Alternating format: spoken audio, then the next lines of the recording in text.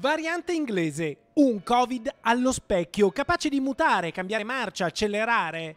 Il trend dei contagi è in crescita e nella lotta all'epidemia bisogna tener conto che la velocità con cui il virus si diffonde è nettamente aumentata. È una preoccupazione che portiamo avanti, da un lato con l'appello ai cittadini di continuare a mettersi in sicurezza con la mascherina, l'igiene delle mani, evitare assembramenti, e dall'altro ovviamente con la necessità di predisporre, poi ne parlerà il dottor Flor, predisporre anche cure ospedaliere e organizzazione ospedaliera atta a rispondere a questa emergenza.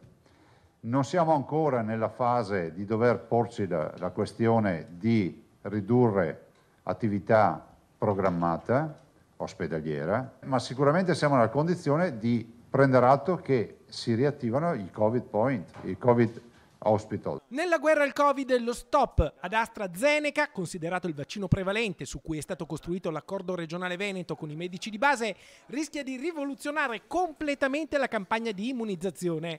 A ore arriveranno nuove dosi di Pfizer, mentre per Moderna bisognerà aspettare la prossima settimana. In ogni caso si tratta di rifornimenti che, senza AstraZeneca, non permetteranno l'accelerazione prevista e di tagliare l'obiettivo di 51.000 dosi al giorno.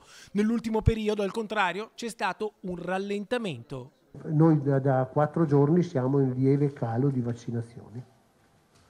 Sono 4 giorni che vacciniamo ogni giorno un po' meno perché dobbiamo contingentare molto di più i vaccini Pfizer e Moderna sui richiami e non possiamo puntare su Astra.